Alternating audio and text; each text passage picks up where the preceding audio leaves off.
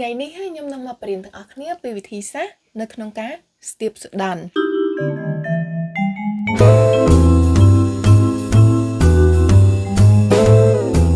សួស្តីទាំងអស់គ្នាខ្ញុំខែតុលានេះគឺជាខែការយល់ដឹងពីជំងឺមហារីកសូដានជំងឺមហារីកសូដានគឺជាជំងឺមហារីកមួយដែលកើតឡើងយ៉ាងញឹកញាប់ទៅលើមនុស្សស្រីដោយនៅឆ្នាំ2022គឺមានអ្នកស្លាប់ដោយសារតែជំងឺមហារីកសូដាននេះចំនួន67,000 នាក់នៅទូទាំងពិភពលោកហើយសម្រាប់នៅក្នុងប្រទេសខ្មែរយើងវិញជំងឺមហារីកសូដានគឺជាជំងឺមហារីកមួយដែលកើតឡើងញឹកញាប់ជាងគេគឺស្មើនឹង 20.4% ដោយសារតែបែបនេះហើយទោះវាសំខាន់ដែលយើងដឹងឲ្យបានច្រើនពីជំងឺមហារីកសូដានពីមូលហេតុការពារជាពិសេសវិធីសាស្ត្រនៅក្នុងការពិនិត្យរោគមើលគីសសូដានដោយខ្លួនឯងតើអ្វីទៅគឺជាជំងឺមហារីកសូដានជំងឺមហារីកសូដានគឺជាប្រភេទជំងឺមហារីកមួយដែលកើតឡើងដោយសារតែការរីកនៃកោសិកានៅក្នុងសូដានដោយអ្នកណាគេក៏មានសូដានណានេះមានន័យថាអ្នកណាគេក៏អាចកើតជំងឺមហារីកសូដានបានដែរមិនមែនត្រឹមតែមនុស្សស្រីទេគ្រាន់តែវាកើតឡើងទៅលើមនុស្សស្រីច្រើនជាងមនុស្សប្រុសគឺ99%ធៀបនឹងមនុស្សប្រុសដែលកើតឡើងពី 0.5 ទៅ 1% ហើយវាកើតឡើងនៅពេលដែលមានការផ្លាស់ប្ដូរនៃ DNA នៅក្នុងកោសិកាសូដានរបស់យើងនៅក្នុងកោសិកាដែលមានសុខភាពល្អ DNA គឺវាផ្ដល់ការណែនាំឲ្យកោសិកានោះវារីកលូតលាស់ក្នុងល្បឿនមួយដែលត្រឹមត្រូវហើយឲ្យកោសិកានោះវាងាប់នៅក្នុងពេលកំណត់ណាមួយប៉ុន្តែការផ្លាស់ប្ដូររបស់ DNA នោះគឺផ្ដល់ការណែនាំខុសវិញគឺមានន័យថាវាធ្វើឲ្យកោសិការីកលូតលាស់ច្រើនលើសកម្រិតហើយនៅតែបន្តរស់នៅបើទោះបីជាដល់ពេលដែលកោសិកានោះត្រូវតែងាប់ក៏ដោយសារតែបែបនេះហើយទើបធ្វើឲ្យមានកោសិកាច្រើនពេកដែលនាំឲ្យខ្លាយទៅជាហើយជំងឺមហារីកសូដាននេះគឺមានសញ្ញានិងរោគសញ្ញាមួយចំនួននេះគឺមានដូចជាកេសនៅក្នុងសូដានឬក៏ស្បែកដែលក្រាស់ខុសពីស្បែកនៅកន្លែងផ្សេងនៃសូដាននោះចុងសូដានដែលស្មើឬក៏ចូលទៅក្នុងស្បែកសូដានដែលបានផ្លាស់ប្ដូរពណ៌សូដានដែលបានផ្លាស់ប្ដូរទំហំទ្រង់ទ្រាយនិងរូបរាងស្បែកសូដានដែលបានផ្លាស់ប្ដូរដូចជាស្បែកខោងចូលទៅក្នុងឬក៏មើលទៅដូចសបកក្រូចនិងស្បែកសូដានដែលរបកឬក៏ចេញសកាឬមួយទៀតមានចេញទឹកឬក៏ឈាមពីចុងសូដានបើសិនបើទាំងអស់គ្នាចាប់អារម្មណ៍ឃើញថាមានរោគសញ្ញាណាមួយនៅក្នុងចំណោមនេះអ្វីដែលសំខាន់ជាងគេដែលយើងត្រូវធ្វើគឺត្រូវណាត់ជួបជាមួយនឹងគ្រូពេទ្យតើជំងឺមហារីកសូដានកើតឡើងដោយសារតែមូលហេតុអីអ្នកស្រាវជ្រាវអត់ទាន់ដឹងពីមូលហេតុជាក់លាក់ច្បាស់លាស់អំពីមូលហេតុដែលនាំឲ្យកើតមានជំងឺមហារីកសូដានទេប៉ុន្តែមានកត្តាមួយចំនួនដែលធ្វើឲ្យយើងមានហានិភ័យខ្ពស់ក្នុងការកើតជំងឺមហារីកសូដានប៉ុន្តែអ្នកស្រាវជ្រាវនៅតែអត់ទាន់ដឹងច្បាស់ចឹងថាតើហេតុអីបានជាអ្នកខ្លះដែលមិនមានកត្តាប្រឈមក៏មានជំងឺមហារីកសូដានដែរហើយកត្តាប្រឈមទាំងអស់នោះគឺមានដូចជាប្រវត្តិគ្រួសារដែលធ្លាប់មានជំងឺមហារីកសូដានដូចជាឪពុកម្ដាយបងប្អូនឬក៏កូនជាពិសេសបើសិនបើសមាជិកគ្រួសារនោះគឺកើតមានជំងឺមហារីកសូដាននៅក្នុងវ័យក្មេងធ្លាប់មានជំងឺមហារីកសូដានពីមុនមកធ្លាប់មានបញ្ហាតាក់ទងនឹងសូដានដូចជាជំងឺ LCIS មករដូវដំបូងមុនអាយុ12ឆ្នាំចាប់ផ្ដើមអស់រដូវនៅអាយុច្រើនជាង55ឆ្នាំកើតមកជាភេទស្រីមានកោសិកាសូដានធ្ងន់ឬក៏ dense ប្រើប្រាស់គ្រឿងស្រវឹងឬក៏ជក់បារី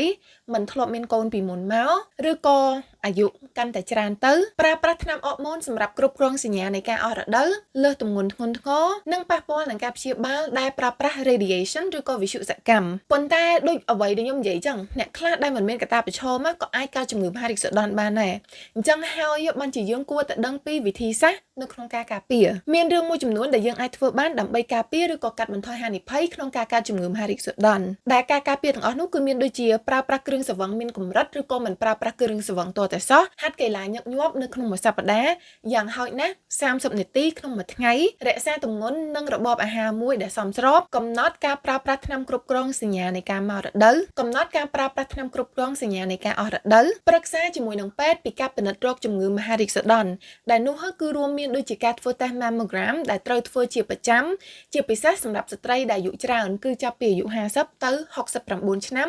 ឬក៏សម្រាប់អ្នកដែលមានកត្តាប្រឈមខ្ពស់ហើយចុងក្រោយគឺធ្វើការពិនិត្យសូដានដោយខ្លួនឯងជាប្រចាំប៉ុន្តែមុននឹងយើងនិយាយពីវិធីសាស្ត្រនៅក្នុងការពិនិត្យសូដានដោយខ្លួនឯងខ្ញុំក៏ចង់បញ្ជាក់ដែរថាសម្រាប់អ្នកដែលមានហានិភ័យខ្ពស់នៅក្នុងការកើតជំងឺមហារីកសូដានណាមានជម្រើសមួយចំនួនដែលគាត់អាចធ្វើការប្រឹក្សាជាមួយនឹងអ្នកផ្ដល់សេវាសុខភាពបានដូចជាការប្រើប្រាស់ថ្នាំដែលទប់ស្កាត់អរម៉ូន estrogen ឬក៏ការធ្វើការវះកាត់សូដានចេញដើម្បីកាត់បន្ថយហានិភ័យនៅក្នុងការកើតជំងឺមហារីកសូដានដែលការវះកាត់នេះគឺគេហៅថា prophylactic mastectomy អញ្ចឹងឥឡូវយើងមករៀនពីវិធីសាស្ត្រនៅក្នុងការស្ទាបសូដានដើម្បីរកមើលភាពមិនប្រក្រតីដំបូងគឺទាំងអស់គ្នាឈរមុខកញ្ចក់ហើយដាក់ដៃលើតាគៀកហើយមើលសូដានរបស់យើង មើលថាតើសដន់របស់យើងមានរូបរាងទំហំទ្រង់ទ្រាយនិងពណ៌ធម្មតាដែរឬទេបន្ទាប់មកលើកដៃឡើងហើយរកមើលភាពមិនប្រក្រតីដូចជំហានទី1ដែរជំហានទី3គឺរកមើលថាតើមានទឹកអ្វីចេញពីចុងសដន់ដែរឬទេ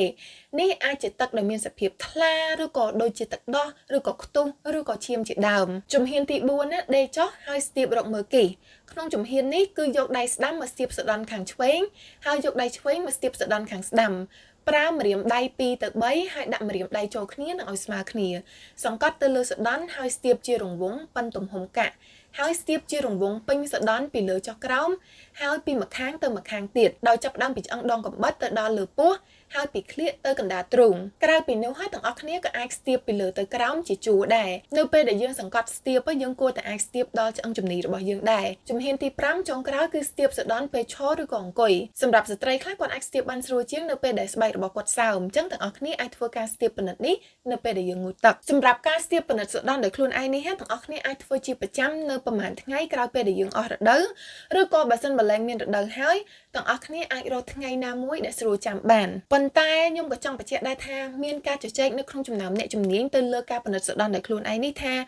តើវាសំខាន់ប៉ុណ្ណានៅក្នុងការឆាប់ដឹងពីជំងឺមហារីកសដន់មានការស្រាវជ្រាវខ្លះបានរកឃើញថាការពិនិត្យសដន់ដោយខ្លួនឯងគឺมันមានឥទ្ធិពលធំទៅលើអត្រានៃការមានជីវិតក្រោយពេលការកើតជំងឺមហារីកសដន់ទេដោយសារតែបែបនេះហើយទើបស្ថាប័នមួយចំនួនដូចជា American Cancer Society, US Preventative Services Task Force, American College of Obstetricians and Gynecologists មិនណែនាំការពិនិត្យសដន់ដោយខ្លួនឯងទេជាពិសេសនៅពេលដែលស្ត្រីមិនមានហានិភ័យឬក៏មានហានិភ័យមធ្យម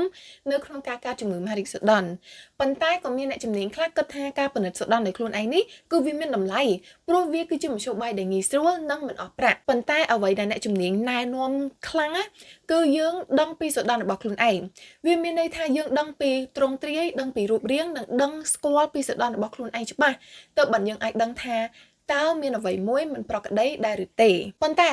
ទោះបីជាយ៉ាងណាក៏ដោយការពិនិត្យសដន់ដោយខ្លួនឯងនេះគឺมันអាចជំនួសការពិនិត្យសដន់ដោយអ្នកជំនាញជាប្រចាំបានទេជាពិសេសសម្រាប់អ្នកដែលមានកត្តាប្រឈមខ្ពស់អញ្ចឹងអ្វីដែលសំខាន់ណាសរុបមកវិញ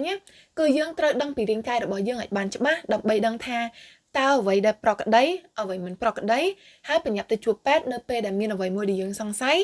និងធ្វើការពិនិត្យសុខភាពនិងសដន់របស់យើងឲ្យបានទៀងទាត់អញ្ចឹងកុំភ្លេចចែករំលែកវីដេអូនេះហើយបើសិនបើទាំងអស់គ្នាចូលចិត្តវីដេអូនេះកុំភ្លេច like ហើយទៅ follow ខ្ញុំនៅលើ TikTok និង subscribe នៅលើ YouTube សម្រាប់វីដេអូផ្សេងៗទៀតជួបគ្នានៅក្នុងវីដេអូក្រោយបាយបាយ